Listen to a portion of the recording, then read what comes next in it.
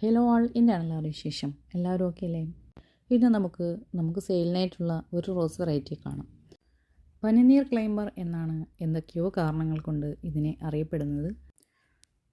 പനിനീരിൻ്റെ ഇലകളോട് ചെറിയൊരു സാദൃശ്യമുണ്ട്, എന്നാൽ അതിനേക്കാളും നീണ്ട് കൂർത്ത ഇലകളാണ് ഇതിനുള്ളത്.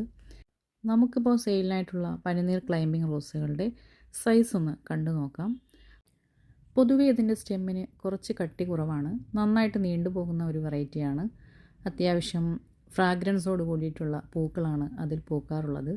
എന്നാൽ ചിലർ പറയുന്നുണ്ട് അതിലൊരു ലെമൺ ഫ്രാഗ്രൻസ് ആണ് വരുന്നത് എന്നുള്ളത്. പക്ഷേ ആദ്യമായിട്ട് വിരിഞ്ഞ ഒരു കസ്റ്റമർ പറഞ്ഞതനുസരിച്ച് അതീവ ഹൃദ്യമായ സുഗന്ധമാണെന്നാണ് അറിയാൻ കഴിഞ്ഞത്. ഏതാണെന്ന് അതിൻ്റെ പൂക്കൾ ഇപ്പോൾ ഇവിടെ നിന്ന് വിരിഞ്ഞിട്ടില്ല എങ്കിൽ നമുക്കത് കൺഫേം ചെയ്യാമായിരുന്നു. ചെടികളുടെ സൈസാണ് നിങ്ങളിപ്പോൾ കണ്ടുകൊണ്ടിരിക്കുന്നത്. ഇതിൻ്റെ കുറച്ച് പ്ലാന്റ്സ് നമുക്കിപ്പോൾ സെയിലിനായിട്ടുണ്ട്. ക്ലൈംബിംഗ് റോസുകൾ ഇഷ്ടമുള്ളവർക്ക് ഉള്ള ഒരു നല്ല ചോയ്സാണ്. കാരണം ഇത് ബഞ്ചായിട്ടും പൂക്കുന്നുണ്ട്. നമ്മുടെ ഒരു കസ്റ്റമർക്ക് ആദ്യമായിട്ട് വിരിഞ്ഞ പൂവ് ബഞ്ചായിട്ടും കപ്പ് ഷേപ്പിലുമാണ് ഉണ്ടായിരുന്നത്. അതിൻ്റെ ഫോട്ടോ ഞാൻ ഈ ഒരു വീഡിയോയിൽ ഉൾപ്പെടുത്തിയിട്ടുണ്ട്. വിരിഞ്ഞ് തുടങ്ങുമ്പോൾ, അതായത് ഒരു പകുതി വിരിഞ്ഞ് വരുമ്പോഴേക്കും ഒരു കപ്പ് ഷേപ്പിലാണ് ഉണ്ടാവുക. ഫുള്ളായിട്ട് വിരിഞ്ഞ് വരുമ്പോഴാണ് നമുക്ക് അതൊരു ഡാർക്ക് പനിനീർ റോസിൻ്റെ പോലെയൊക്കെ ചെറിയൊരു സാദൃശ്യം ഉണ്ടാകാറുണ്ട്.